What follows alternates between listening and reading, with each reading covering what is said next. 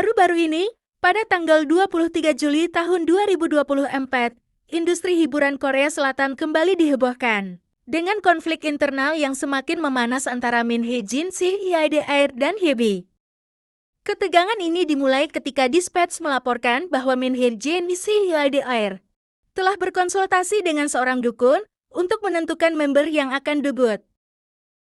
Dispatch juga mengklaim bahwa Min Hye-jin memperluas bisnis terkait Source Music yang kemudian menjadi anggota NewJeans. Menanggapi laporan tersebut, Min Hye-jin membantah tuduhan dengan menyampaikan bahwa laporan tersebut adalah informasi palsu dan mengumumkan rencananya untuk mengambil tindakan hukum terhadap pihak-pihak yang menyebarkan informasi tersebut. Pada hari yang sama, ADID mengeluarkan pernyataan resmi mengenai tuduhan plagiarisme atas lagu NewJeans Bubblegum. Mereka mencatat adanya hotline untuk melaporkan postingan yang merugikan dan kerjasama dengan lembaga investigasi untuk mengatasi komentar jahat anonim di forum online. Sementara itu, Source Music juga mengeluarkan pernyataan pada tanggal 23 Juli tahun 2024 membantah tuduhan Min Hye-jin mengenai pencurian strategi peluncuran dan mengumumkan rencana mereka untuk mengambil tindakan hukum lebih lanjut. Pada tanggal 24 Juli tahun 2024, Park Ji-won, CIDR, mengumumkan pengunduran dirinya setelah memimpin perusahaan selama 4 tahun. Ia memutuskan untuk mengundurkan diri setelah menyelesaikan proyek untuk menarik investasi luar bagi salah satu afiliasi Hybe. Selama masa kepemimpinannya, Hybe mencatat beberapa pencapaian besar, termasuk go publik di Bursa Korea dan akuisisi Itacha Holdings, sebuah perusahaan hiburan Amerika. Kemudian, Lee Jae-sang selaku CSI Hybe ditunjuk sebagai CEO baru setelah persetujuan dari rapat pemegang saham dan dewan direksi.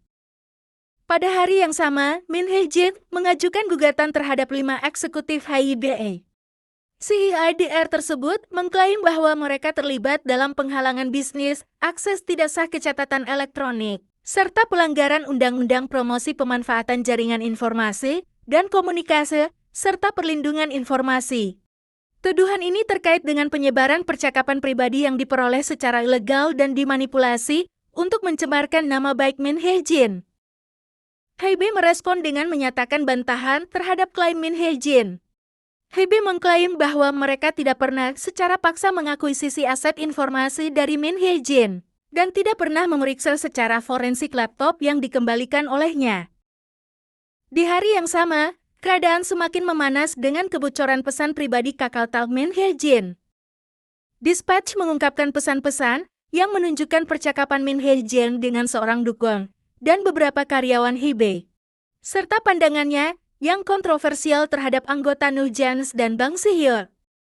Beberapa pesan tersebut mencerminkan bahasa kasar dan kritik tajam terhadap individu-individu tersebut, menambah ketegangan publik.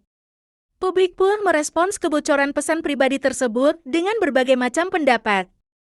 Beberapa mendukung Min Hye-jin karena menentang tindakan Hybe yang mengungkap percakapan pribadinya, sementara yang lain mengkritik bahasanya yang kasar terhadap anggota NewJeans. Selain itu, Min Hye-jin juga dituduh telah berkonsultasi dengan seorang shaman yang dikenal sebagai Ji-hong-nim 0814 untuk meminta nasihat mengenai keputusan bisnis. Namun, shaman tersebut menghilang dari pandangan publik setelah kontroversi ini mencuat. Kontroversi yang melibatkan CIDR, Min Hye-jin dan Hybe ini mencerminkan ketegangan yang intens dalam industri K-pop, di mana masalah hukum dan etika seringkali tumpang tindih, serta menimbulkan berbagai spekulasi. Bagaimana para pihak menyelesaikan kontroversi ini akan menjadi sorotan, dan dapat menentukan arah masa depan mereka di industri hiburan yang kompetitif ini. Terima kasih telah menyaksikan All Round K-Trend hari ini, sampai jumpa di video berikutnya.